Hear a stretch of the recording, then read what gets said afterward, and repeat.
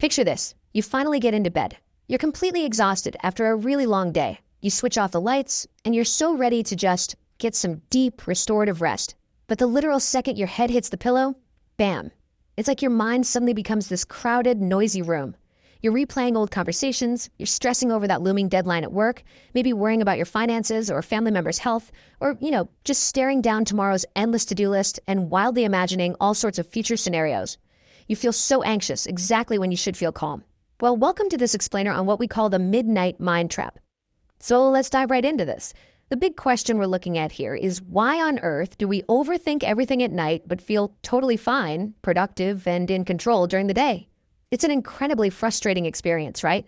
But here is the absolutely most reassuring thing you're going to learn today. This nighttime mind racing, it's actually a totally normal biological phenomenon. It's a documented structural function of your brain's architecture. It is not a personal failure, and it's certainly not a sign that you're somehow broken. Which brings us to section 1, the science of the night shift. To really grasp why we suddenly turn into these anxious philosophers at 2 a.m, we have to look at the neuroscience of how our body's natural rhythm physically shifts gears. So during the day, our cortisol levels, that's the stress hormone keeping us alert and action-oriented, those are naturally higher. We're constantly engaged with external distractions, right? Work, conversations, buzzing phones. But in the evening, as that cortisol drops, the external noise just kind of fades away. The brain turns inward. By nighttime, when we're supposed to be entering REM sleep to consolidate memories, the brain finally has an empty stage. Without the busy tasks of the day to keep it occupied, it just starts processing all those unresolved thoughts and emotions that we pushed aside earlier.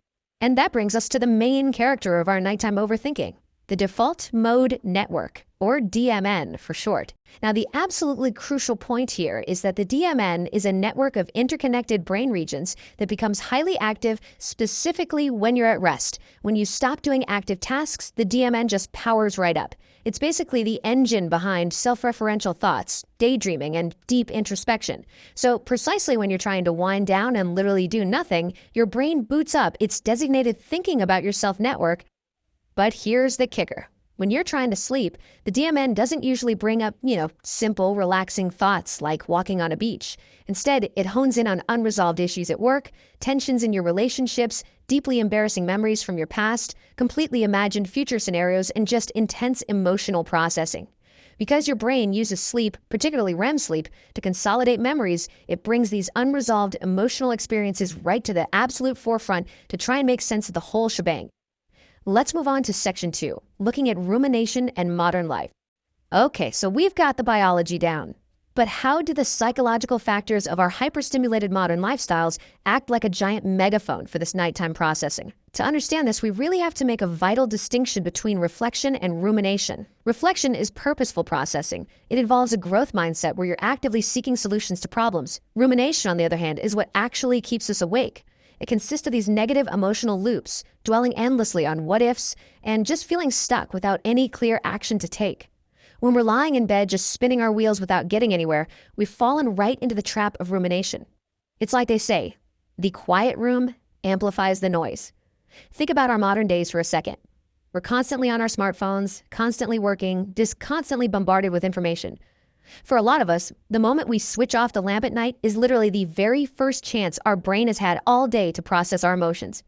If you don't give your brain time to reflect during the day, it is going to force you to do it at night, right when the quietness of the room makes those thoughts echo the loudest. That takes us to section 3, the surprising truth that your brain is actually protecting you.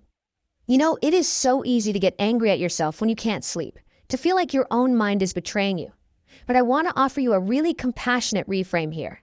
Your brain is actually an evolutionary survival machine. It's not a broken mechanism trying to sabotage your rest. It's just trying to solve problems and keep you safe. It just has a really poorly timed way of doing it. So replaying awkward moments, that's actually an attempt to prevent future social rejection. That agonizing feeling of remembering something super cringy you did like 5 years ago? Well, your brain naturally remembers emotionally charged experiences way more strongly than neutral ones.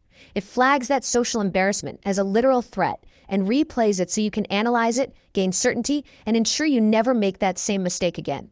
It's a survival mechanism, even if it feels like absolute torture when you just want to sleep. All right, section 4. Let's talk about strategies for a quiet mind. Now that we know why this happens, and that we certainly aren't broken, how do we actually fix it? Well, we can look at actionable, evidence-based solutions that heavily draw from cognitive behavioral therapy for insomnia, or CBTI for short, to help you reclaim your rest. Here are 3 practical habits you can start building literally tonight. First up, create a calming wind-down ritual. Lowering your stress lowers your cortisol, which takes you out of that sympathetic fight-or-flight mode and brings you right into the parasympathetic rest and digest mode. Second, do a brain dump journal right before bed. Just write down all your worries. Your brain turns things over because it thinks it needs to remember them, right? If you put them in a safe place on paper, your mind actually registers this and can let them go. And third, practice deep breathing. Slowing your breath physically slows your heart rate, which reduces your stress response and just really calms the mind. Now here's one fascinating and highly effective technique you might not have heard of. It's called articulatory suppression. It's basically a literal thought-blocking technique. What you do is repetitively mouth a word, like the, or even just a random nonsense word, about 3 to 4 times a second. Because mouthing a word requires mental processing power, it effectively eats up the bandwidth your brain was using to generate those intrusive, anxious thoughts. You're physically blocking the overthinking by giving your brain this completely meaningless repetitive background task to run instead. It's a real game changer. Another absolutely crucial point in CBTI is stimulus control. This is all about reconditioning your sleeping environment. The rules are super simple, but you gotta stick to them. Get into bed only when you are genuinely sleepy, not just when you feel a little fatigued. Avoid screens, reading, or working in bed. The bed is for sleep. If you can't fall asleep, get out of bed and only return when that heavy tiredness comes back. You really want to train your brain to associate the bed strictly with sleep, rather than a place where you just lie awake and suffer from anxiety. And that brings us to the magic number 20. If you've been awake in bed for more than 20 minutes, get up. Just get out of bed. But here is the really fascinating science behind it. Research shows that passing through a doorway into another room actually serves as an event boundary in your mind.